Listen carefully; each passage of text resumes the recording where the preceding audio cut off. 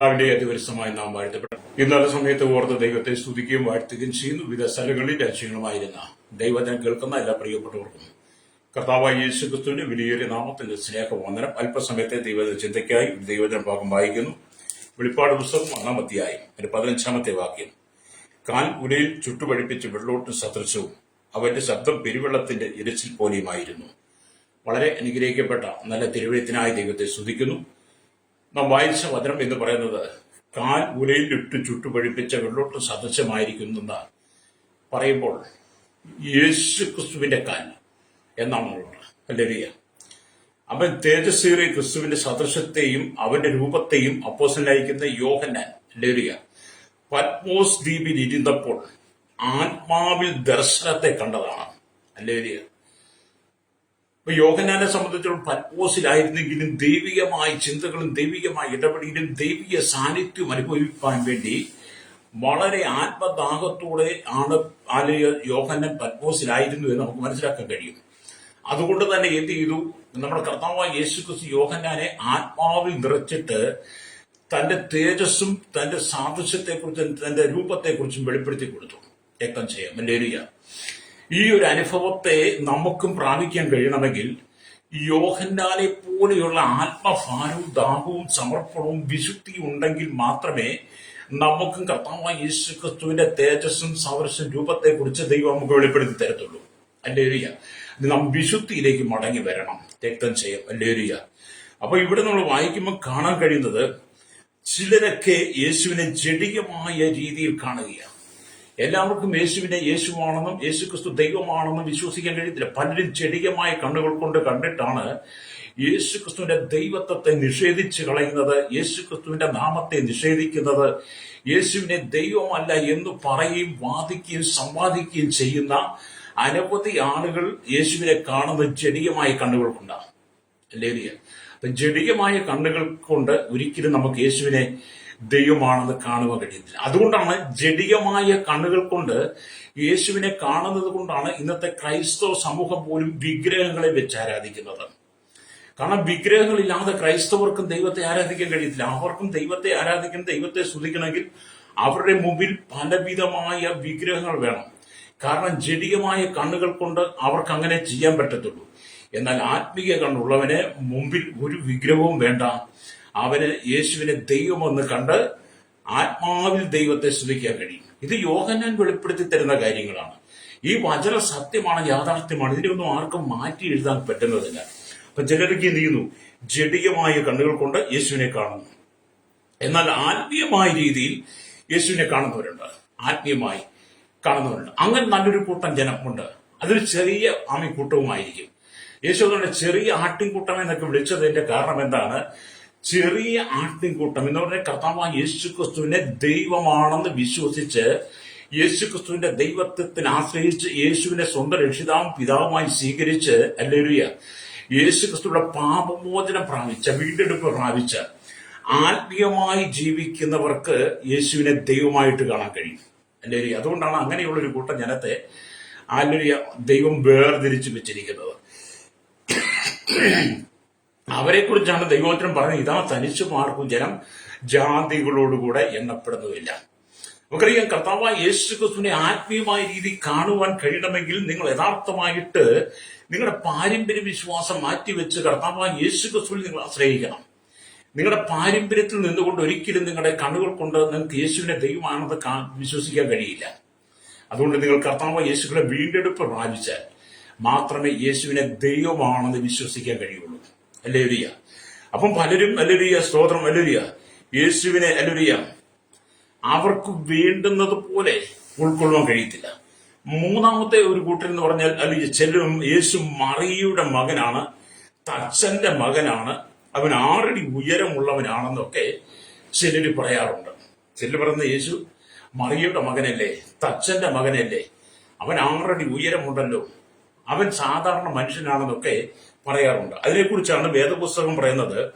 മത്തായിയുടെ സുവിശേഷം 13-ാം അധ്യായം ഹല്ലേലൂയ അതിന്റെ 53 മുതലുള്ള വാക്യങ്ങൾ വായിക്കുമ്പോൾ കാണുന്നുണ്ട്. ഈ ഉപമകൾ പറഞ്ഞു തീർന്ന ശേഷം യേശു അവിടം വിട്ട് തന്റെ പിതൃനഗരത്തിൽ വന്നു. അവരുടെ പള്ളിയിൽ അവരെ ഉപദേശിച്ചു. അവർ വിസ്മയിച്ചു. ഇവന് ഈ ജ്ഞാനവും വീര്യപ്രവർത്തികളും എവിടെ നിന്ന്? ഇവൻ തച്ചന്റെ മകനല്ലയോ? ചിലർ ചോദിക്കും, ഇവൻ തച്ചന്റെ മകനല്ലയോ? ആമേനല്ലയോ? മകൻ അല്ലയോ? ഇവന്റെ അമ്മ മറിയ എന്നവളല്ലയോ? അല്ലയോ? ഇവന്റെ സഹോദരന്മാർ യാക്കോബ്, യോസെ, ശീമോൻ, യൂദ എന്നിവർ അല്ലയോ? ഇവന്റെ സഹോദരികളും ആമീൻ എല്ലാം നമ്മോട് കൂടെ ഉണ്ടല്ലോ. അപ്പൊ ചിലരൊക്കെ യേശുവിനെ തച്ചന്റെ മകൻ, അല്ലയോ മറിയുടെ മകൻ, അവന്റെ സഹോദരൻ, സഹോദരിമാർ എന്നൊക്കെ പറഞ്ഞ് യേശു ക്രിസ്തുവിന്റെ ദൈവത്വത്തെ നിഷേധിക്കുന്ന വലിയൊരു കൂട്ടം ജനം ഇന്നുമുണ്ട് പ്രിയരെ. അല്ലേലിയ. അതിന്റെ നടുവിലാണ് ദൈവം നമ്മുടെ ആത്മീയ കണ്ണുകൾ തുറന്നിട്ട് പറയുന്നത്, ഞാൻ മറിയുടെ മകനാണെങ്കിലും തച്ചന്റെ മകനാണെങ്കിലും എനിക്ക് സഹോദരന്മാരുണ്ടെങ്കിലും സഹോദരിമാരുണ്ടെങ്കിലും ഞാൻ സാക്ഷാൽ ദൈവമാണ്. അല്ലേലിയ. പിതാവിനെ ഭൂമിയിലേക്ക് അയച്ചതാണ്. പിതാവിന്റെ ദൗത്യം നിറവേറാൻ വേണ്ടിയിട്ട് എന്നെ ഭൂമിയിലേക്ക് അയച്ചു. ഞാൻ ഭൂമിയിൽ നിങ്ങൾക്ക് സമാനമായി നിങ്ങളോടൊപ്പം മനുഷ്യപുത്രനായി ജീവിക്കുന്നെങ്കിലും ഞാൻ ദൈവമാണ്. അതുകൊണ്ടാണ് തോമസിന്റെ ചോദ്യത്തിനോട് യേശു പ്രതികരിച്ചത്. തോമസ് യേശുവിനോട് ചോദിച്ചു, യേശുവെ ഞങ്ങൾക്ക് പിതാവിനെ കാണിച്ചു തരണം. അല്ലേലൂയ. അപ്പൊ യേശു പറഞ്ഞൊരു കാര്യമുണ്ട്, തോമസ് നിന്റെ അവിശ്വാസം, നീ എന്താ ചോദിക്കുന്നത്? യേശു പറയാ, എന്നെ കണ്ടവൻ പിതാവിനെ കണ്ടിരിക്കുന്നു, ഞാനും പിതാവും ഒന്നാകുന്നു. അല്ലേ? ഇതൊക്കെ വേദപുസ്തകം നമുക്ക് വെളിപ്പെടുത്തി തരുന്ന സത്യങ്ങളാണ്. അപ്പൊ യേശു ക്രിസ്തുവിനെ കുറിച്ച് പറയുമ്പോൾ, യോഹന്നാൻ പറയുമ്പോൾ അവന്റെ കാൽ ഇലയിൽ ചുട്ടുപഴിപ്പിച്ച് വെള്ളൂട്ട സദൃശ്യം. അപ്പം 3 വിധ ആളുകളെ കണ്ടു. ഒന്ന്, അല്ലേലൂയ സ്തോത്രം, യേശുവിനെ ജഡികമായ കണ്ണുകൾ കൊണ്ട് കാണുന്നവർ. രണ്ടാമത്, അല്ലേലൂയ സ്തോത്രം, അല്ലേലൂയ മറിയുടെ മകനെന്ന് കാണുന്നവൻ, തച്ചന്റെ മകനെന്ന് കാണുന്നവൻ. പിന്നെ മറ്റൊരു കൂട്ടരെ കുറിച്ച് പറഞ്ഞു, ചിലർ തേജസ്സിന്റെ രാജാവായും ഉന്നതനും ഉയർന്നവനും സിംഹാസനത്തിൽ ഇരിക്കുന്നവരുമായിട്ട് ചിലര് കണ്ടു. അല്ലേ? ചിലര് കണ്ടത് യേശു ഉന്നതനും ഉയർന്നിരിക്കുന്നവനും ശാശ്വതവാസിയുമാണെന്ന് നമ്മൾ യെശയ്യാ പ്രവാചകന്റെ പുസ്തകത്തിൽ കാണുന്നുണ്ട്. അല്ലേലിയ. അപ്പോൾ തന്നെ യെശയ്യാ പ്രവാചകൻ മറ്റൊരു ഭാഗത്ത് പറയുന്നത്, യെശയ്യാ പ്രവാചകന്റെ പുസ്തകം അല്ലേലിയ 6-ാം അധ്യായത്തിലേക്ക് വരുമ്പോൾ കാണുന്നത്, 6-ാം അധ്യായം 1-ാമത്തെ വാക്യം വായിക്കുമ്പോൾ, ഉസിയ രാജാവ് മരിച്ച ആണ്ടിൽ കർത്താവ് ഉയർന്നും പൊങ്ങിയുള്ള സിംഹാസനത്തിൽ ഇരിക്കുന്നത് ഞാൻ കണ്ടു. അപ്പൊ ഇവിടെ യെശയ്യാവ് കാണുന്നത് നമ്മുടെ കർത്താവ് എങ്ങനെയാണ്? സ്തോത്രം, ഉയർന്നും പൊങ്ങിയുള്ള സിംഹാസനത്തിൽ ഇരിക്കുന്ന ദൈവത്തെയാണ് അല്ലെങ്കിൽ യെശയ്യാ പ്രവാചക ദർശനത്തിൽ കാണുന്നത്. അപ്പം പലരുടെയും കണ്ണുകൾക്ക് പലവിധമായ കാഴ്ചപ്പാടുകളാണ്. അതിൽ എന്നെ കേൾക്കുന്ന സ്നേഹിത, നിങ്ങൾക്ക് എങ്ങനെയാണ് യേശുവിനെ കാണാൻ കഴിയുന്നത്? യേശുവിന്റെ രൂപത്തെ, യേശുവിന്റെ തേജസ്സിനെ, യേശുവിന്റെ സാദൃശ്യത്തെ നിങ്ങൾക്ക് എങ്ങനെ മനസ്സിലാക്കാൻ കഴിയും? നിങ്ങൾ യേശുവിനെ ആരായിട്ടാണ് വിശ്വസിക്കുന്നത്? ഇപ്പൊ നമ്മൾ ക്രിസ്മസിന്റെ കാലഘട്ടം, ഒരുപാട് പരസ്യങ്ങൾ യേശുവിനെ കുറിച്ച് വന്നുകൊണ്ടിരിക്കുക. അപ്പൊ അത് ചില പരസ്യങ്ങൾ കിടക്കുന്ന യേശുവിനെ ഉണ്ണീശോ എന്ന് വിളിക്കുന്നവരുണ്ട്, ഉണ്ണിക്കുട്ടൻ എന്ന് വിളിക്കുന്നവരുണ്ട്, പൊന്നാരക്കുട്ടൻ എന്ന് വിളിക്കുന്നുണ്ട്. ചില എനിക്കത് കണ്ട് ഞാൻ കഴിഞ്ഞ ദിവസം ഒരു പറഞ്ഞിരുന്നു.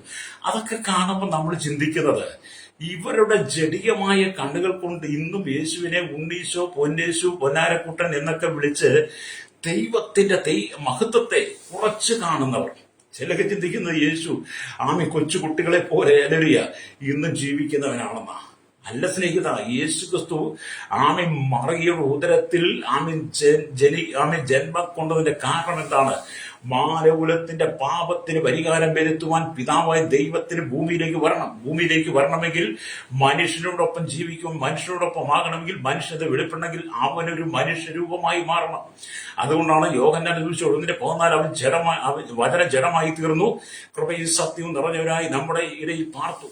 അല്ലേരിയ. അപ്പൊ യേശു ക്രിസ്തു എന്ന് പറയുന്നത് വചനമായിരുന്നു. അല്ലേരിയ. അത് ജഡരൂപം എടുത്തതാ. അത് പുരുഷന്റെ ഇഷ്ടത്താലല്ല, ജഡത്തിന്റെ ഇഷ്ടത്താലുമല്ല, പരിശുദ്ധാത്മാവിനാൽ. അല്ലേരിയ. യേശു ക്രിസ്തുവിന്റെ ജനനം മറിയുടെ ഉദരത്തിൽ സംഭവിച്ചു. അല്ലേരിയ.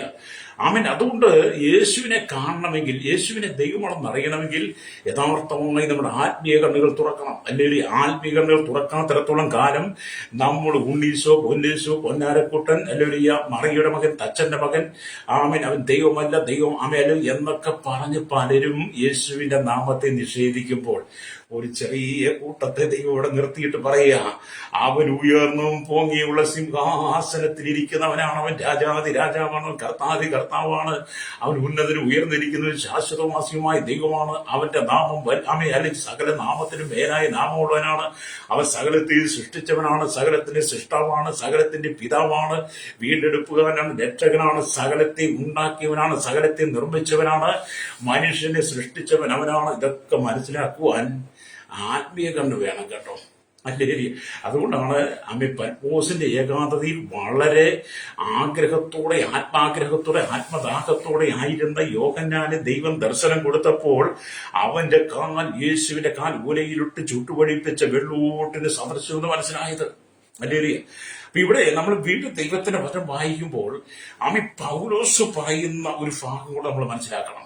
റോമാലേഖനം 1-ാം അധ്യായം അതിന്റെ 5-ാമത്തെ വാക്യത്തിലേക്ക് വരുമ്പോൾ കാണുന്നുണ്ട്, ജഡം സംബന്ധിച്ച് ദാവീദിന്റെ സന്തതിയിൽ നിന്ന് ജനിക്കുകയും മരിച്ചിട്ട് ഉയർത്തെഴുന്നേൽക്കയാൽ വിശുദ്ധിയുടെ ആത്മാവ് സംബന്ധിച്ച് ദൈവപുത്രൻ എന്ന ശക്തിയോടെ നിർണയിക്കപ്പെടുകയും ചെയ്തിരിക്കുന്നവനാണല്ലോ. അല്ലേലിയ. അപ്പൊ എന്താ? ജഡം സംബന്ധിച്ച് ദാവീദിന്റെ, അല്ലേലിയ, ജഡം സംബന്ധിച്ച് ദാവീദിന്റെ സന്തതിയിൽ നിന്ന് ജനിക്കുകയും മരിച്ചിട്ട് ഉയർത്തെഴുന്നേൽക്കിയാൽ വിശുദ്ധിയുടെ ആത്മാവ് സംബന്ധിച്ച് അവൻ ദൈവപുത്രൻ തന്നെയാണ്. അല്ലേ? നിങ്ങൾ ഇനി എന്തെല്ലാം മാറ്റി പറഞ്ഞാലും മാറ്റി എഴുതിയാലും, നിങ്ങൾ യേശുവിന്റെ നാമത്തെ നിഷേധിച്ചാലും, നിഷേധിക്കുവാൻ നിങ്ങൾ എന്തെല്ലാം സംവാദങ്ങൾ നടത്തിയാലും യേശുവിന്റെ നാമത്തെ നിഷേധിക്കാൻ പറ്റത്തില്ല. കാരണം അവന്റെ നാമം ഭൂമിയിലെല്ലാം എല്ലായിടത്തും അവൻ നിറഞ്ഞു നിൽക്കുന്നു. അല്ലേലൂയ. ഭൂമിയിലുള്ള സകല സൃഷ്ടിയുടെ മേലും ദൈവത്തിന്റെ നാമം നിറഞ്ഞിരിക്കുന്നു. അല്ലേലൂയ. അവിടെ മനുഷ്യന്റെ നാമത്തിനും വിലയില്ല പ്രിയരെ. മനുഷ്യന്റെ നാമങ്ങൾക്കോ സ്വയം ദൈവമായവർക്കോ സ്വയം ദൈവം എന്ന് പറയുന്നവർക്കോ മനുഷ്യന്റെ കൈകൾ കൊണ്ട് നിർമ്മിച്ച ദൈവങ്ങൾക്കോ യേശുവിന്റെ നാമത്തോടൊപ്പം നിൽക്കുവാൻ കഴിയില്ല. അവന്റെ നാമം സകല നാമത്തിന് മേലായ നാമമാണെന്ന് നമ്മൾ ഫിലിപ്പി ലേഖനം വായിക്കുമ്പോൾ കാണാൻ കഴിയും. അപ്പൊ യേശുവിനെ പലരും പലവിധമായി കണ്ടുകൊണ്ടാണ് കാണുന്നത്. അപ്പൊ യേശു ക്രിസ്തു ഉയർത്തെഴുന്നേറ്റ ക്രിസ്തുവിന്റെ പാദങ്ങൾ ഉലയിൽ ചുട്ടുപഴിപ്പിച്ച വെള്ളൂട്ടൻ സദൃശമായിരിക്കുന്ന യോഹന്നാൻ കാണുന്നത്. ലേലിയ. യേശു മരിച്ചു, അടക്കപ്പെട്ടു, ഉയർത്തെഴുന്നേറ്റു. അല്ലേലിയ. ആ യേശുവിന്റെ കാൽപാദം എങ്ങനെ ഇരിക്കുന്നത്?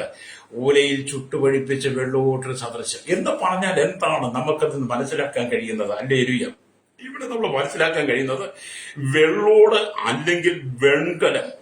അല്ലേലിയ. വെള്ളോട് എന്ന് പറഞ്ഞാൽ അതിന് വെൺകലം എന്ന അർത്ഥത്തിലാണ് ചില ഭാഷാന്തരങ്ങളിൽ വ്യാഖ്യാനിക്കുന്നത്. അപ്പൊ വെള്ളോട് അല്ലെങ്കിൽ വെൺകലം അത് കാഠിന്യമേറിയതാണ്. ഒരു കലത്തിന്റെ അനുഭവം നിങ്ങൾ, അത് കാഠിന്യമേറിയതാണ്. അല്ലേറിയ. അത് വെറും മണ്ണായിരുന്നു, കളിമണ്ണായിരുന്നു. ആ കളിമണ്ണിനെ കുശവനെടുത്ത് നന്നായിട്ട് അതിന്റെ കല്ലും ചരടും വേരും അതിന്റെ കീടങ്ങളെ എല്ലാം മാറ്റിക്കളഞ്ഞ് കുശവന്റെ കൈകൾ കൊണ്ട് പണിത് അത് നല്ലൊരു കലമാക്കി മാറ്റി. ആ വെൺകലമാക്കി മാറ്റി അതിനെ തീരിട്ട് ചുട്ടുപഴിപ്പിച്ച് പുറത്തെടുക്കുമ്പോൾ അത് നല്ല കാഠിന്യമേറിയതാ. അല്ലേറിയ. അതിലും ഊലയിൽ ചുട്ടു പഴിപ്പിച്ചു വരുന്ന വെൺകലം. അല്ലേറിയ. ആ വെൺകലം കാഠിന്യമേറിയതാണ്, ഉറപ്പുള്ളതുമായിരിക്കും. അല്ലേറിയ. അപ്പം ആ ഉലയിലിട്ട് ചുട്ടുപഴിപ്പിച്ചിരുന്ന വെൺകലം കാഠിന്യമേറിയതാണ്, ഉറപ്പുള്ളതാണ്, അത് ബലമുള്ളതാണ്. അല്ലേറിയ. ഉള്ളതാണ്. അതുകൊണ്ട് ആ ഒരു അനുഭവത്തിലാണ് അല്ലേറിയ യോഹന്നാൻ യേശുക്രിസ്തുവിന്റെ കാലിനെ കാണുന്നത്. പ്രൈസലോ. അല്ലേറിയ. എന്നെ കേൾക്കുന്ന പ്രശ്നിക്കുന്ന നാം ഈ ഭൂമിയിൽ ആയിരിക്കുമ്പോൾ യേശുവിനെ വേണ്ടതുപോലെ അറിയുവാൻ കഴിയാതെ, യേശുവിനെ ദൈവമാണെന്ന് അറിയുവാൻ കഴിയാതെ നമ്മുടെ ഇഷ്ടപ്രകാരം ജീവിച്ച് നടന്നാൽ, അല്ലേറിയ, അവസാനം നിങ്ങൾ എത്തുന്നത് നിങ്ങളെ പോലെയുള്ള ഒരു കൂട്ടം ദുരുപദേശകന്മാരും കട്ടും കിടക്കുന്ന, ദൈവത്തെ അംഗീകരിക്കാതെ ജീവിച്ച് ഈ ഭൂമി മരിച്ചുപോയ ദുഷ്ടന്മാർ കിടക്കുന്ന നിത്യമായ നരകത്തിൽ നിങ്ങൾ ചെന്ന് കിടക്കുമ്പോൾ അവിടെ നിന്ന് നിങ്ങൾ മനസ്സിലാക്കും, അയ്യോ, യോഹന്നാൻ പറഞ്ഞത് സത്യമായിരുന്നല്ലോ, പത്മോസിൽ വെച്ച് കണ്ട കാര്യം സത്യമായിരുന്നല്ലോ, അവന്റെ കാൽ ഉലയിലിട്ട് ഒഴിപ്പിച്ച വെള്ളോട്ട് സദൃശമായിരുന്നല്ലോ. അന്ന് ഞങ്ങൾ വചനം കേട്ടു, ഞങ്ങൾ വചനം അനുസരിച്ചില്ല, നിങ്ങൾ തിരസ്കരിച്ചു, എന്നെ തള്ളിക്കളഞ്ഞു, പറഞ്ഞ് ഞങ്ങളതിനോടൊന്ന് മറുതലിച്ചു, ഞങ്ങളതിന്റെ സംവാദമായിട്ട് ഉറന്നു പോയി, ഞങ്ങൾ യേശുവിനെ പരിഹസിച്ചു എന്നൊക്കെ നിങ്ങൾ ചിന്തിക്കുന്നൊരു കാലഘട്ടമുണ്ട്. അതെവിടെ വെച്ച്? നരകത്തിൽ വെച്ച്. അവിടെ നിങ്ങൾ അനുഭവിച്ചതുകൊണ്ടോ ചിന്തിച്ചൊന്നും രക്ഷപ്പെടാൻ പറ്റത്തില്ല. അതുകൊണ്ടാണ് ദൈവം വിളിച്ച് വേർതിരിച്ച ദൈവത്തിന്റെ ദാസന്മാർ ലോകത്തിന്റെ എല്ലാ ഭാഗങ്ങളിലും നിന്നുകൊണ്ട് യേശു ക്രിസ്തുവിനെ കുറിച്ച് വിളിച്ചു പറയുന്നത്. ഞങ്ങൾ വിളിച്ചു പറയുക, യോഹന്നാൻ വിളിച്ചു പറഞ്ഞതുപോലെ ഞങ്ങൾ വിളിച്ചു പറയുക, യേശുവിന്റെ കാൽ ഉലയിൽ ചുട്ടുപഴിപ്പിച്ച് വെള്ളോട്ടിന് സദൃശമാണ്. അപ്പൊ ഈ വെള്ളോട് തീയിലൂടെ ചുട്ടുകരിച്ച് പുറത്തൊരു നല്ല കാര്യം ഉറപ്പുള്ളതുമാണ്. അപ്പൊ യേശുവിന്റെ കാല് ഉറപ്പുള്ള കാലുകളാണ്. അല്ലേറിയ ആ ഉറപ്പുള്ള കാട്ടിന്റെ പേര് കാലുകളാണ്. അല്ലേറിയ അപ്പൊ ഈ വെള്ളോട് എന്നത് ന്യായവിധിയെ കൂടെ കുറിക്കുക. ഈ വെള്ളം എന്നത് ന്യായവിധിയും കൂടെ കുറിക്കുന്നു. അപ്പൊ യേശു കാൽവറിയിൽ ന്യായവിധിയെ കടന്ന് വന്നു. യേശു ആ കാൽവറി ക്രൂശിലെ കാൽവറിയിലെ പീഡാനുഭവം എന്ന് പറഞ്ഞ ന്യായവിധിയിലൂടെ കടന്നു വന്നു. അല്ലേറിയ അവന്റെ കാലുകളിൽ കാരിരും പാണി അടിച്ചിറക്കി. അല്ലേറിയ യാതൊരു ദയയില്ലാതെ, യാതൊരു ദാക്ഷിണ്യമില്ലാതെ, യാതൊരു മനസാക്ഷ്യമില്ലാതെ, ഒരു മനുഷ്യത്വം പോലും കാണിക്കാതെ യേശുവിന്റെ കാലിൽ എന്ത് ചെയ്തു? കാരിരും പാണി അടിച്ചിറക്കി. ആ കാരിരും പാണി അടിച്ചിറക്കിയപ്പോൾ അവന്റെ കാൽ അല്ലേറിയ കാഠിന്യമുള്ളതായിരുന്നു. അവന്റെ കാൽ ആ ന്യായവിധിയെ കടന്നു വന്നു. ആ ന്യായവിധിയെ യേശുവിന്റെ കാൽ ജയിച്ചു. അല്ലേ? അപ്പം വെള്ളോടെന്ന് പറയുന്നത് ന്യായവിധിയിലൂടെ, ലോകം കർത്താവിന് കൊടുത്ത ന്യായവിധിയിലൂടെ അവന്റെ കാൽ ആമെ തുളച്ച് കയറിയെങ്കിലും ആ കാലുകൾ പിന്നത്തേതിൽ യോഹന്നാൻ കാണുന്നത് കാൽ ഉലയിൽ ചുട്ടുപഴിപ്പിച്ച് വെള്ളോട്ടും സദൃശമാണ്. അപ്പോൾ നമ്മൾ ചിന്തിച്ചു നോക്കി, യേശുവിന് ഈ ലോകത്തിൽ ആർക്കും ഒന്നും ചെയ്യുവാൻ കഴിയുമായിരുന്നില്ല. കാരണം അവൻ ദൈവമാണ്. അല്ലേല് യേശുവിന് സ്നേഹം മാത്രമായിരുന്നു കേട്ടോ. എന്നെ കേൾക്കുന്ന മാതാവേ, പിതാവേ, യേശു നിനക്ക് വേണ്ടി ആ കാൽവറിയിൽ അവന്റെ കാലുകൾ കാണിച്ചു കൊടുത്ത് കാര്യം പാണിയ തറയപ്പെട്ട് രോഗം കൊടുത്ത ന്യായവിധിയിലൂടെ ആ ന്യായവിധിയെ ജയിച്ചു വന്നതുകൊണ്ട് അവന്റെ കാൽ ഉലയിൽ ചുട്ടുപഴിപ്പിച്ച വെള്ളോട്ട് സദൃശമായതുകൊണ്ട് നിന്റെ കാലുകൾക്കും ദൈവം ബലം നൽകിയത്. നിന്നെ താങ്ങി നിർത്തുവാൻ, നിന്നെ നടത്തുവാൻ, നിന്റെ വെയിറ്റ് താങ്ങുവാൻ, നിന്റെ കാലുകൊണ്ട് നിനക്ക് ഓടുവാൻ, ചാടുവാൻ, ജോലി ചെയ്യുവാനൊക്കെ നിന്റെ കാലുകൾക്ക് ബലം തന്നത് യേശു കൃഷ്ണന്റെ കാൽ ആ കാൽവരിയിൽ ആ രോഗം കൊടുത്ത ന്യായവിധിയിലൂടെ കടന്നുപോയത് കൊണ്ടാണ്. അല്ലേലി അതുകൊണ്ട് നിന്റെ കാലുകളെ നീ സൂക്ഷിക്കണം. അല്ലേലിയ നിന്റെ കാലുകളെ നീ സൂക്ഷിക്കണം. അല്ലേലിയ എന്ന് പറഞ്ഞാൽ നിന്റെ കാലുകളെ സൂക്ഷിക്കുക എന്ന് പറയുമ്പോൾ കാലുകളെ കുറിച്ച് അനവധി മെസ്സേജുകൾ വിശുദ്ധ വേദപുസ്തകത്തിൽ നൽകാനുണ്ട്. അതിലൊരു വാക്യം ഞാൻ പറയാം, നിങ്ങളുടെ എല്ലാം ചിന്തയിലുള്ളതും ഓർമ്മയിലുള്ളതും മനഃപ്പാടമാക്കുക. സങ്കീർത്തന പുസ്തകം 1-ാം അധ്യായം 1-ാമത്തെ വാക്യം, ദുഷ്ടന്മാരുടെ ആലോചന പ്രകാരം നിന്റെ കാലുകൊണ്ട് നീ നടക്കരുത്. അല്ലേറിയ യേശു ക്രിസ്തു ഈ ലോകത്തിന്റെ ന്യായവിധിയിലൂടെ അവന്റെ കാലിരും പാണിയാൽ തറയപ്പെട്ട് ആ ന്യായവിധിയെ കടന്നു വന്ന പിന്നത്തേത് യോഹന്നാൻ കാണുന്നു. അവന്റെ കാൽ ചൂലയിലിട്ട് ചുട്ടുപഴിപ്പിച്ച് വെള്ളോട്ടിന് സദൃശം എന്ന് പറയുമ്പോൾ ആ യേശു ക്രിസ്തുവിന്റെ വീണ്ടെടുപ്പ് പ്രാപിച്ച നിന്റെ കാലുകൾ കാഠിന്യമേറിയതാണ്. നിന്റെ കാൽ ന്യായവിധിയെ മറികടക്കണം. അതുകൊണ്ട് നിന്റെ കാലുകൾ എന്ത് ചെയ്യണം?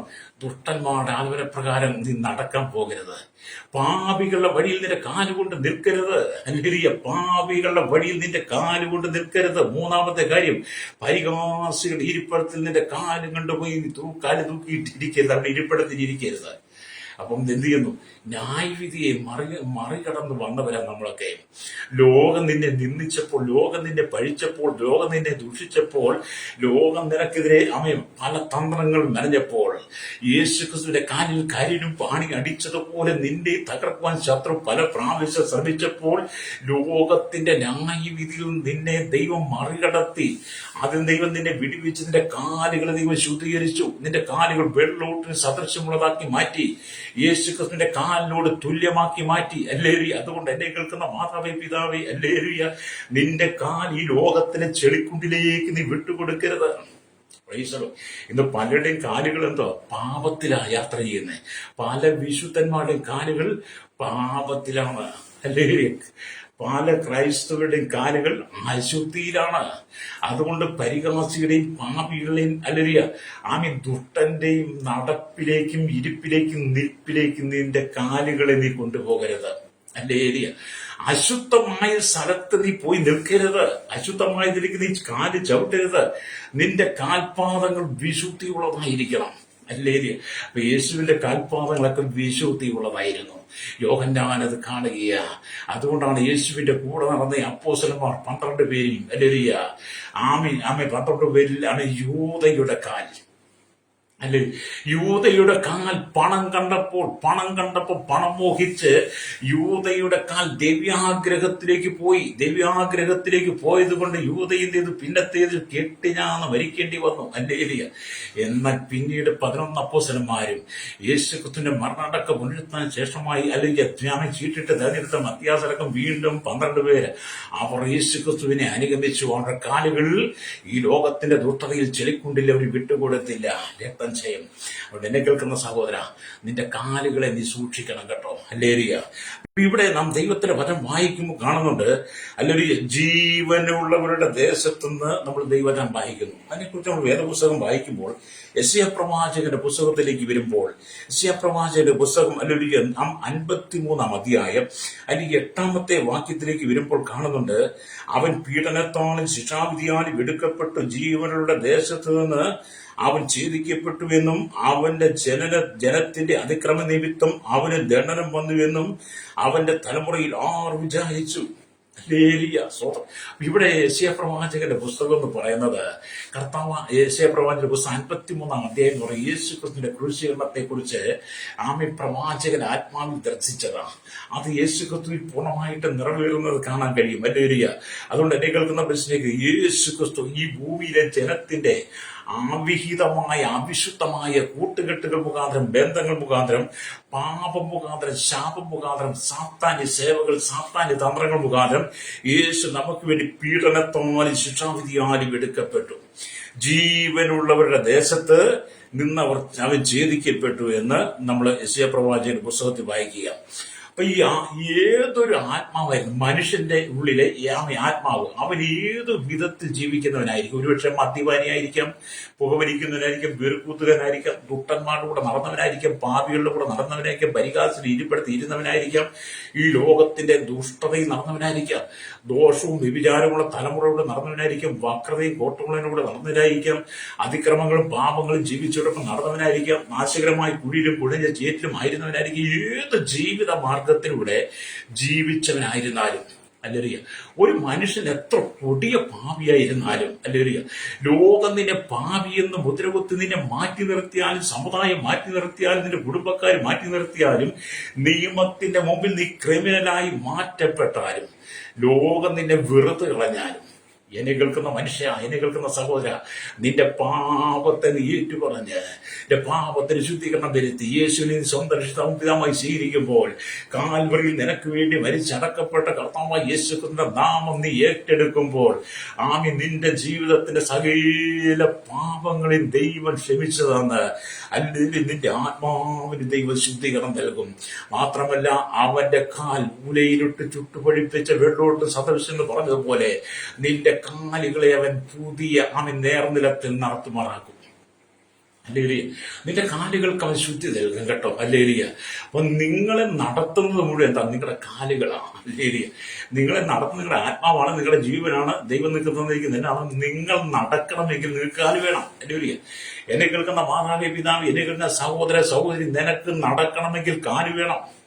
നിനക്ക് ജോലി ചെയ്യണമെങ്കിൽ കാല് വേണം. നിനക്ക് ഓടണമെങ്കിൽ കാല് വേണം. ശത്രുവിൽ നിന്ന് രക്ഷപ്പെടണമെങ്കിൽ കാല് വേണം. അല്ലേലിയ. കാലില്ലാതെ നിനക്കൊന്നും ചെയ്യാൻ കഴിയില്ല. നിങ്ങൾ നോക്കിയാട്ട് നിങ്ങൾക്ക് 2 കാലുകളുണ്ടല്ലോ. നിങ്ങൾക്ക് 2 കാലുകളുണ്ടോ? നിങ്ങൾ ഒരുപക്ഷെ അഹങ്കരിച്ചേക്കാം, ദഗളിച്ചേക്കാം. കാലുകളില്ലാത്ത മനുഷ്യൻ നിങ്ങൾ കണ്ടിട്ടില്ലേ? അവർ എത്രമാത്രം ഭാരം സഹിക്കുന്നുണ്ട്, എത്രമാത്രം ദുഃഖം സഹിക്കുന്നുണ്ട്, എത്രമാത്രം സങ്കടം സഹിക്കുന്നുണ്ട്. അവർ ചിന്തിക്കുന്നുണ്ടായിരിക്കും, ദൈവമേ, ഞങ്ങൾക്ക് ഈ 2 കാല് തന്നിരുന്നെങ്കിൽ, ഞങ്ങളുടെ 2 കാലുകൾക്ക് ബലം തന്നിരുന്നെങ്കിൽ, ഞങ്ങളുടെ നരിയാണിന്ന് ഉറപ്പിക്കുവാൻ കഴിഞ്ഞിരുന്നെങ്കിൽ, ഞങ്ങളുടെ നരിയാണിയുടെ ബലക്ഷയമൊന്ന് മാറ്റി തന്നിരുന്നെങ്കിൽ, ഞങ്ങൾ അങ്ങേക്ക് വേണ്ടി കാലുകൾ ശുദ്ധീകരിച്ച് അങ്ങേക്ക് വേണ്ടി നിന്നേനെയുമെന്ന് ഒരുപക്ഷെ വൈകല്യമുള്ളവർ ചിന്തിക്കുന്നുണ്ടായിരിക്കാം. അതിന്റെ നടുവിലാണ് ദൈവം നിനക്ക് 2 കാലുകൾ തന്നത്. ഈ 2 കാലുകൾ കൊണ്ട് നീ ദുർനടപ്പിലേക്ക് നടക്കുവാനല്ല, ആമേൻ. അശുദ്ധമായത്തേക്ക് നടക്കുവാനല്ല, പരസംഗത്തിലേക്ക് ഓടുവാനല്ല, മദ്യഷാപ്പിലേക്ക് ഓടുവാനല്ല, ബാറിലേക്ക് ബീവറേജിലേക്ക് ഓടുവാനല്ല ദൈവം നിനക്ക് കാല് തന്നത്. അയൽ വീട്ടിലേക്ക് ഓടിച്ചത് കുറ്റം പറയുവാനല്ല സഹോദരി നിനക്ക് കാല് തന്നത്. നിനക്ക് കാല് തന്ന വിശുദ്ധിയുടെ പാതയിൽ ജീവിക്കാനാ. ചില സഹോദരിമാര് അതിൽ നേരം പെടുത്ത അയൽ വീട്ടിലേക്ക് ഓടിക്കോളുക. എന്തിനാ? കുറ്റം പറയാനാ. അല്ലേ? പിന്നെ പകൽ മുഴുവൻ 4 വീട്ടിലെങ്കിലും 10 വീട്ടിലെങ്കിലും കയറി ഇറങ്ങി കുറ്റം പറഞ്ഞാലേ ചിലർക്ക് ഉറക്കം വരത്തുള്ളൂ. അല്ലേ? യാതൊരു തെറ്റുകുറ്റങ്ങളും ചെയ്യാത്തവനെ കുറിച്ച് എന്തെങ്കിലും ആക്ഷേപങ്ങൾ പറഞ്ഞ് പ്രചരിപ്പിച്ചെങ്കിലേ ചിലർക്ക് ഉറക്കം വരുള്ളൂ. അതുകൊണ്ട് ചിലരവരുടെ കാല് കൊണ്ട് ഓടുക. അല്ലേ? എന്നെ കേൾക്കുന്ന മാതാവേ, പിതാവേ, എന്നെ കേൾക്കുന്ന യുവാവേ, നിനക്ക് കാല് തന്നത് വിശുദ്ധിയുടെ പാതയിൽ നടക്കാനാ.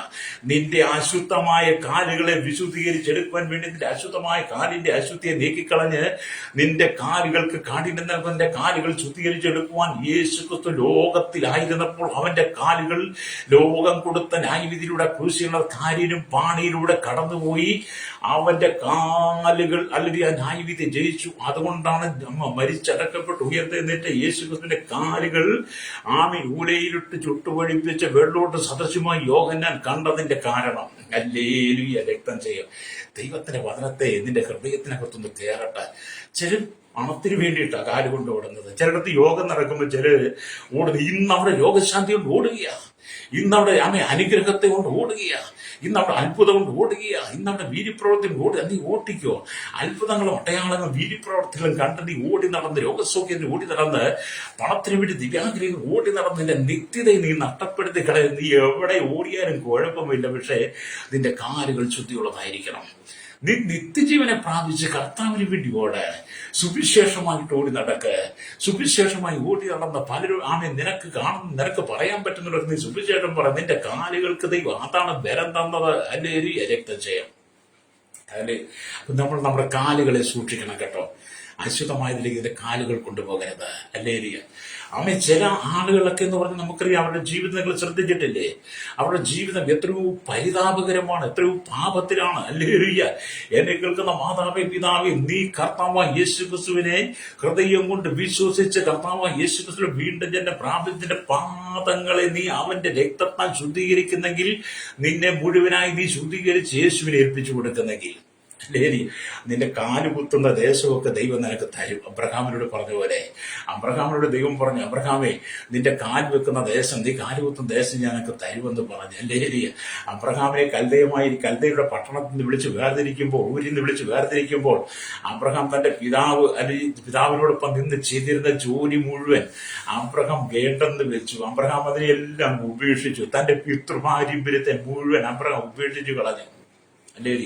അബ്രഹാം തന്റെ പിതൃപാരമ്പര്യത്തെ മുഴുവൻ ഉപേക്ഷിച്ച് കളഞ്ഞിട്ട് കർത്താവായ യേശുക്രിസ്തുവിന്റെ കരങ്ങളിലേക്ക് ഏൽപ്പിച്ചു കൊടുത്തപ്പോൾ അബ്രഹാമിന്റെ കാൽപാദങ്ങളെ ദൈവം വിശുദ്ധീകരിച്ചു. അല്ലെങ്കിൽ ദൈവം വിശുദ്ധീകരിച്ചു. പിന്നീട് അബ്രഹാമിന്റെ ജീവിതം എന്ന് പറയുന്നത് നാശത്തിന്റെ പാതയിലൂടെ ആയിരുന്നില്ല.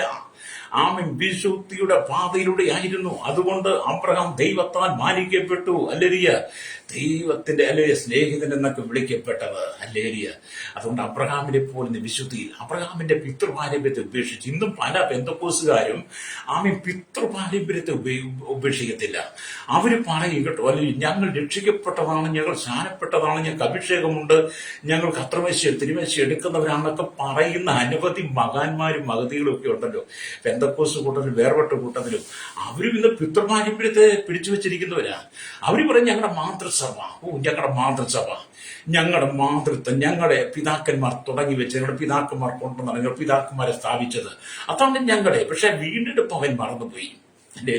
എന്നെ കേൾക്കുന്ന പ്രിയ സ്നേഹിത, നീ വീണ്ടെടുപ്പ് പ്രാപിച്ചു കഴിയുമ്പോൾ, യേശുക്രിസ്തുവിനെ വീണ്ടെടുപ്പ് പ്രാപിച്ചു കഴിയുമ്പോൾ നിന്റെ പിതൃപാരമ്പര്യത്തെ നീ ഉപേക്ഷിക്കണം. അല്ലേ?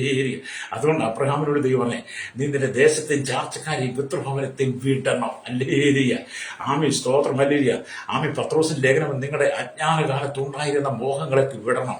നിങ്ങളെ വീണ്ടെടുത്തിരിക്കുന്ന വെള്ളി പൊന്നു മുതലായി അഴിഞ്ഞു പോകുന്ന വസ്ത്രങ്ങളെ കൊണ്ടല്ല, പിന്നെന്താ കുഞ്ഞാടിന്റെ വിലയേറിയ നിർദോഷം, ആമി കുഞ്ഞാടിന്റെ വിലയേറിയ രക്തം കൊണ്ടാണ്. അല്ലേ? അപ്പം പിതൃപാരമ്പര്യത്തിൽ നിൽക്കുന്ന അനവധി ആളുകളുണ്ട്. പിന്നെ സമുദായക്കാർ മുഴുവൻ പാരമ്പര്യത്തിൽ തന്നെയാണ് നിൽക്കുന്നത്. ക്രൈസ്തവ സമുദായത്തിൽ സമുദായക്കാരെല്ലാം പാരമ്പര്യത്തിലാണ്. പാരമ്പര്യത്തിൽ നിൽക്കുന്നവർക്ക് ആർക്കും അല്ലേലിയ. പാരമ്പര്യം പറയുന്നവർക്ക് ആർക്കും അല്ലേലിയ ക്രിസ്തുവിനെ അനുഗമിക്കാൻ കഴിയത്തില്ല. അല്ലേലിയ. ക്രിസ്തുവിനെ അനുഗമിക്കണമെങ്കിൽ പാരമ്പര്യം വിട്ട് മടങ്ങി വരണം. അല്ലേലിയ.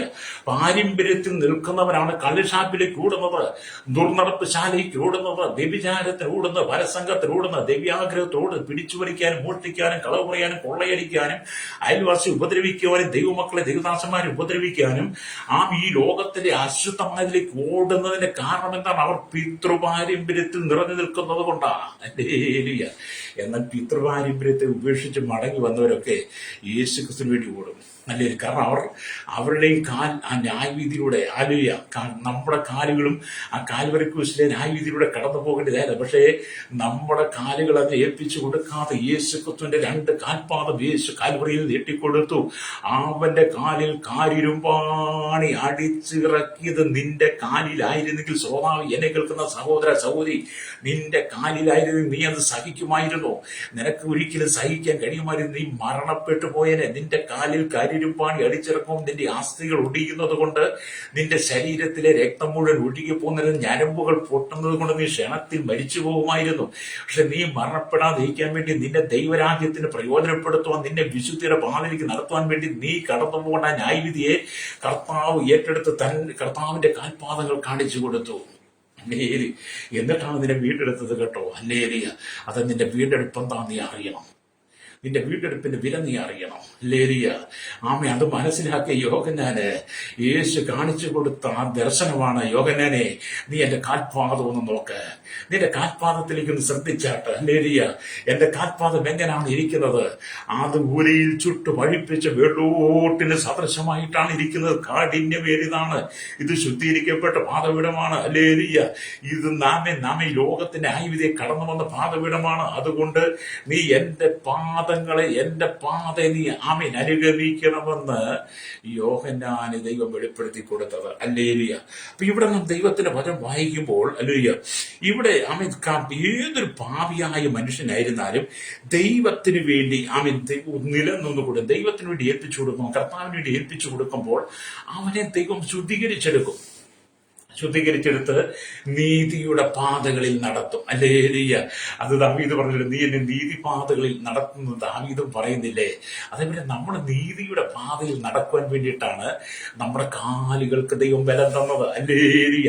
നിന്റെ 2 കാലിനും നല്ല സ്വാധീനമുള്ളതായി തന്നത് നീതിയുടെ പാതയിൽ നടക്കുവാനാ. ഞാൻ മുമ്പേ പറഞ്ഞില്ലേ, കാലുകളില്ലാത്തവരുടെ വിഷമം, കാലുള്ളവന്റെ അഹങ്കാരവും. അല്ലേലിയ. കാലുകളില്ലാത്തവന്റെ വിഷമം. അല്ലേലിയ. കാലുകൾ ഉള്ളവരുടെ അഹങ്കാരം.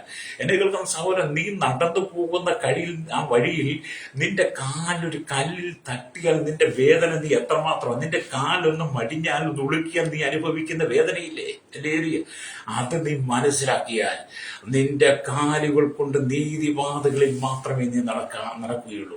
ദൈവ വഴി വിട്ട് നീ പോകുമ്പോൾ, ദൈവത്തിന്റെ പാത നീ വിട്ടു പോകുമ്പോൾ നിന്റെ കാലുകളിൽ അല്ലെങ്കിൽ അപകടങ്ങൾ വരും, നിന്റെ കാലുകൾ അനർത്ഥം വരും. നിനക്ക് അനർത്ഥങ്ങൾ മുന്നവേ സൂചന തരുമ്പോൾ ഇന്ന് പകൽ നീ മടങ്ങി വരണം.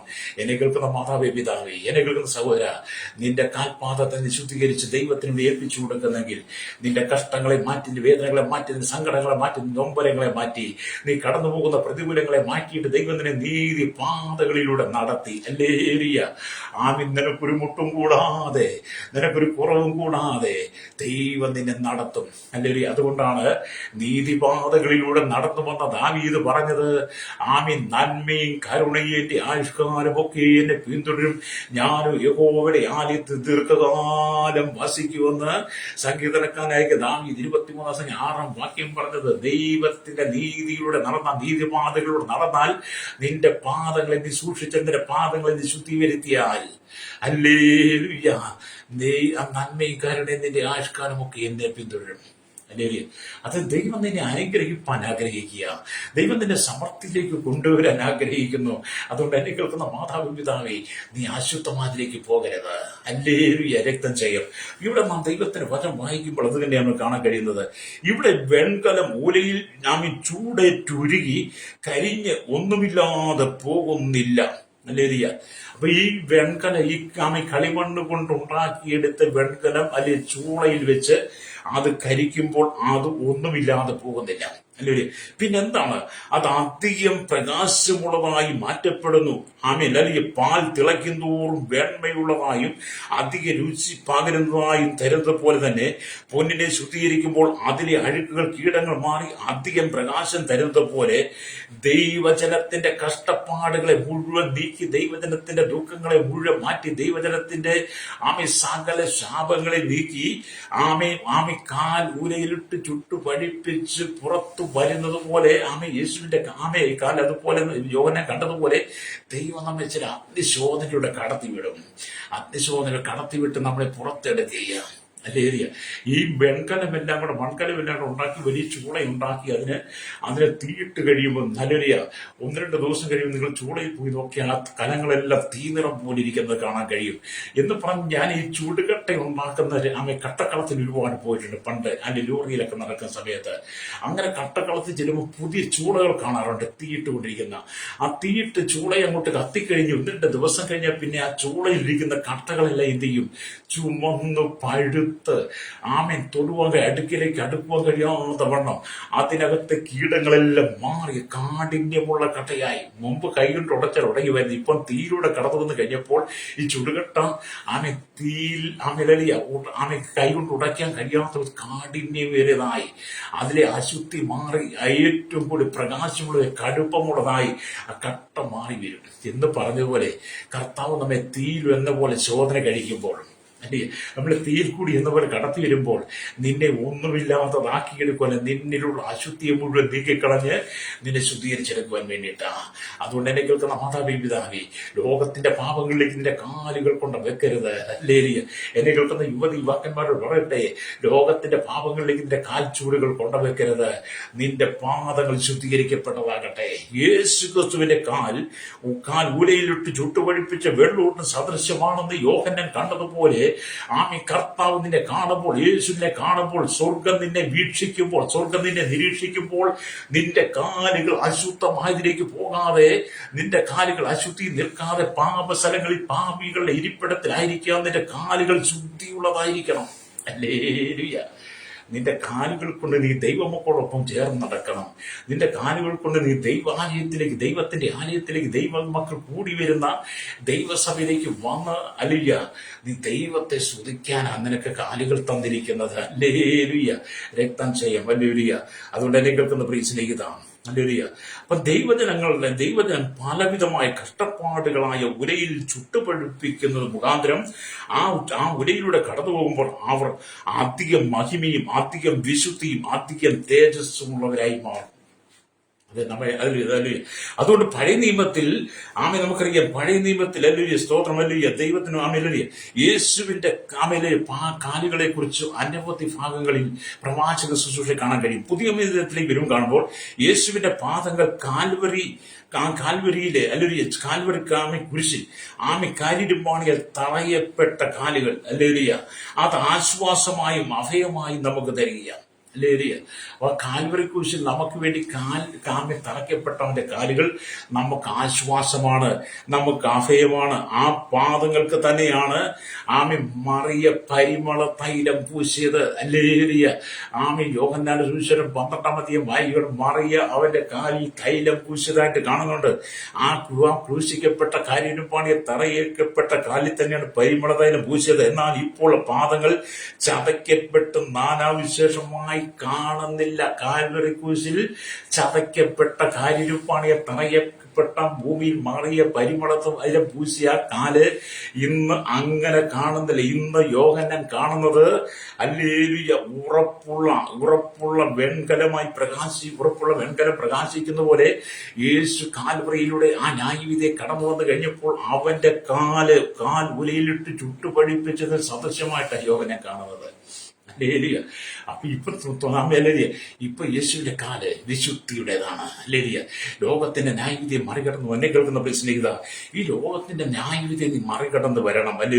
അപ്പം പഴയ നിയമത്തിൽ ബലി ചെലുത്തുന്ന ബലിപീഠം വെൺകലത്താൽ ചെയ്തിരുന്നു. പഴയ നിയമത്തിൽ ബലിയർപ്പിക്കുന്ന ആ ബലിപീഠം എന്താണ്? വെൺകലം കൊണ്ട് നിർമ്മിച്ചിരുന്നു. യാഗത്തിനുള്ളത് അഗ്നിയിൽ ദഹിപ്പിക്കുമ്പോൾ ഏർപ്പെടുന്ന ഭയങ്കരമായ താപത്തെ ആ വെൺകലത്തിന് മാത്രമേ താങ്ങുവാൻ പറ്റൂ പറ്റുകയുള്ളായിരുന്നു. എന്ന് പറഞ്ഞാൽ ആ പഴയ നിയമത്തിൽ യാഗത്തിനുള്ള യാഗം കൊണ്ടുവന്ന് യാഗവസ്തു കൊണ്ടുവന്ന് തീയിലിട്ടിടുമ്പോൾ അതിനെ താങ്ങി നിർത്താൻ വെൺകലങ്ങൾക്ക് മാത്രമേ കഴിയുമായിരുന്നു. അതുകൊണ്ടാണ് അന്നും അല്ലെങ്കിൽ സ്തോത്രം പഴയ നിയമത്തിലും വെൺകലത്താൽ അത് യാഗപീഠം ഉണ്ടാക്കിയിരുന്നത്. അല്ലെങ്കിൽ അതുപോലെ യേശുവിന്റെ ശരീരം നമുക്ക് വേണ്ടി കാൽവറിയിൽ കാൽവറി യാഗപീഠത്തിൽ യാഗമായപ്പോൾ അവന്റെ പാദങ്ങൾ വെൺകലം പോലെ നടന്ന് വെൺകലം പോലെ നിന്ന് ആ ന്യായവിധികളെല്ലാം സഹിച്ചു. യേശുവിന്റെ ശരീരവും അല്ലെങ്കിൽ യേശുവിന്റെ കാലും കാൽവറിയിലെ യാഗപീഠത്തിൽ ഏൽപ്പിച്ചു കൊടുത്ത് കഴിഞ്ഞപ്പോൾ എന്ത് ചെയ്തു? അവൻ സ്വയം യാഗമായി കഴിഞ്ഞപ്പോൾ, അവൻ സ്വയം യാഗമായി നമുക്ക് വേണ്ടി മാറിക്കഴിഞ്ഞപ്പോൾ അവന്റെ പാദങ്ങൾ വെൺകലം പോലെ നിന്ന് ആ ന്യായവിധികളെല്ലാം ജയിച്ചു വന്നു. അതെ, ലോകത്തിന്റെ ന്യായവിധിയെ ജയിച്ചു വന്ന് യേശുവിനെ ആണോ നീ അനുഗമിക്കുന്നത്? ആ യേശുവാണോ നിന്റെ വീണ്ടെടുപ്പുകാരൻ? യേശുവാണോ നിന്റെ രക്ഷകൻ? ഹല്ലേലൂയ. അതുകൊണ്ട് എന്നെ കേൾക്കുന്ന ബിസിന്റെ പാദം ഒന്നും മാത്രം മതി. ഈ ഭൂമിയിൽ നമുക്ക് ഒറ്റ പാദം മതി. അത് യേശുക്രിസ്തുവിന്റെ പാദം മാത്രമായിരിക്കട്ടെ. വീണ്ടെടുക്കപ്പെട്ട ദൈവനത്ത് ക്രൈസ്തവ മതത്തോടെ പറയട്ടെ, നിന്റെ പാദങ്ങൾ യേശുവിന്റെ പാദത്തോട് ചേർത്ത് നിർത്താൻ കഴിയുമോ? അതോ നിന്റെ പാദങ്ങൾ യേശുവിന്റെ പാദത്തിനപ്പുറത്ത് എവിടെയെങ്കിലും നിൽക്കുന്നുണ്ടെങ്കിൽ ഇന്ന് നീ പകരം മടങ്ങി വരണം. അതുകൊണ്ട് ഒറ്റ പാദം മതി. ഹല്ലേലൂയ. വേറൊരു പാദങ്ങൾ നമുക്ക് വേണ്ട എന്ന് ഒരു ഭക്തൻ പറഞ്ഞിട്ടുണ്ട്. ഹല്ലേലൂയ. അതുകൊണ്ട് അവന്റെ പാദങ്ങളെ പിടിച്ചുകൊണ്ട് പ്രാർത്ഥിക്കണം. ഹല്ലേലൂയ. അതുകൊണ്ട് അവൾ കർത്താവിന്റെ കാൽക്കലിരുന്ന് അവന്റെ വാചനം കേട്ടുകൊണ്ടിരുന്നെന്ന് മറിയെ കുറിച്ച് കാണുന്നുണ്ട്. ഹല്ലേലൂയ. ലൂക്കോസ് സുവിശേഷം 10-ാം അധ്യായം ഹല്ലേലൂയ അതിന്റെ 39-ാമത്തെ വാക്യത്തിലേക്ക് വരുമ്പോൾ ഹല്ലേലൂയ മറിയ നല്ല അംശം തെരഞ്ഞെടുത്ത് അവന്റെ പാദത്തെങ്കിൽ ഇരുന്ന് വചനം കേട്ടതുപോലെ എന്നെ കേൾക്കുന്ന സഹോദര സഹോദരി, ദൈവത്തിന്റെ പാദപീഠത്തെങ്കിൽ ഇരുന്ന് വചനം കേൾക്കണം. ഹല്ലേലൂയ. അപ്പൊ നിന്റെ കാലുകൾ ദൈവം ലോകത്തിൽ നിന്ന് വേർതിരിച്ച് തന്നത് എന്താണ്? അവന്റെ പാദത്തെങ്കിലിരുന്ന് വചനം കേൾക്കാനാ. ഹല്ലേലൂയ.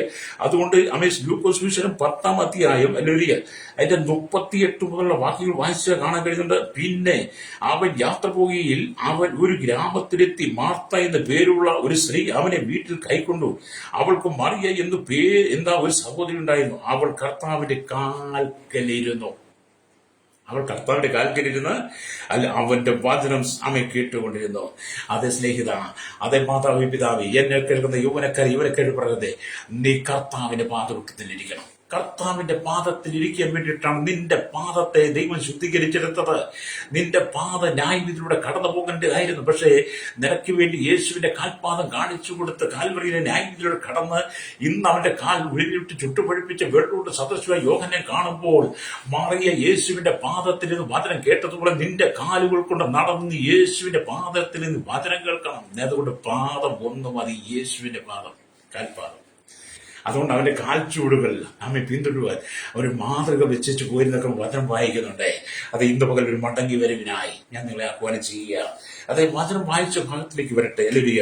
വായിച്ച പദത്തിലേക്ക് വരട്ടെ. ഹല്ലേലൂയ. നാം വായിച്ചെന്താണ്? വെളിപ്പാട് പുസ്തകം 1-ാം അധ്യായം അതിലെ 15-ാമത്തെ വാക്യമാണല്ലോ. അല്ല, ഇവിടെ ഇങ്ങനെ എഴുതുന്നത്, കാലുകളിൽ ചുട്ടു പഠിപ്പിച്ച വെള്ളോട് സദൃശവും അവന്റെ ശബ്ദം പെരുവെള്ളത്തിന്റെ ഇരച്ചിൽ പോലെയുമായിരുന്നു. അത് യേശുവിനെ കുറിച്ച് ഇത്രമാത്രം വർണ്ണിക്കുവാൻ, യേശുവിനെ കുറിച്ച് ഇത്രമാത്രം സംസാരിക്കുവാൻ, യേശുവിന്റെ തേജസ്സിനെ കുറിച്ച്, രൂപത്തെക്കുറിച്ച്, സാദൃശ്യത്തെക്കുറിച്ച് ഇത്രമാത്രം യോഹന്നാൻ വർണ്ണിക്കണമെങ്കിൽ യോഹന്നാൻ അത് അനുഭവിച്ചത് കൊണ്ടാണ്. അതുകൊണ്ട് ഇത് പകൽ എന്നെ കേൾക്കുന്ന മാതാപിതാവേ, നീ യേശുക്രിസ്തുവിനെ അനുഭവിക്കണം. ഹല്ലേലൂയ. ലോകത്തിന്റെ പാപത്തെ ചുമക്കുന്ന ദൈവത്തിന്റെ കുഞ്ഞാണ് നിന്റെ പാപം ചുമന്നത് കൊണ്ട്, നിന്റെ പാപങ്ങൾ ഏറ്റെടുത്തുകൊണ്ട് നീ ആ പാദപീഠത്തിൽ വന്നിരുന്ന് നീ കർത്താവിന്റെ വചനം കേൾക്കണം. കണ്ണുകൾ അടച്ചാട്ട് ഇന്ന് പകൽ ആരെങ്കിലും ലോകത്തിന്റെ ഇഷ്ടപ്രകാരം പാപികളുടെ ദുഷ്ടന്റെ പാപിയുടെ പരിഹാസം ഇരിപ്പിടത്തിലൂടെ യാത്ര ചെയ്യുന്നെങ്കിൽ, ഈ ലോകത്തിന്റെ വെറുപ്പത്തിന്, ഈ ലോകത്തിന്റെ അശുദ്ധിയുടെ പാതയിലൂടെ യാത്ര ചെയ്യുന്നെങ്കിൽ നിനക്ക് മടങ്ങി വരാൻ ഒരു അവസരം തന്നിരിക്കുന്നു. കർത്താവിന്റെ സംരക്ഷിത പറയാൻ യേശുവേ, അങ്ങയുടെ പാദത്തിൽ വചനം കേൾക്കുക. മറിയെപ്പോലെ എന്നെ പൂർണ്ണമായി സമർപ്പിക്കുന്നു. യോഹന്നാനെ പോലെ ദർശനം കാണാൻ ഞാൻ ആഗ്രഹിക്കുകയാണ്. എനിക്ക് അതിനു വേണ്ടി കൃപ നൽകുന്ന എന്നോടൊപ്പം ചേർന്ന് പ്രാർത്ഥിച്ചാട്ട്. പരിശുദ്ധ നല്ല ദൈവമേ, സ്വർഗ്ഗീയ പിതാവേ, അനുഗ്രഹിക്കപ്പെട്ട നല്ല സമയത്തിന് ഈ വചനം കേട്ടുകൂടി ചെറിയൊരു വലിയ ഞങ്ങളുടെ കരങ്ങൾ ഏൽപ്പിക്കുന്നു.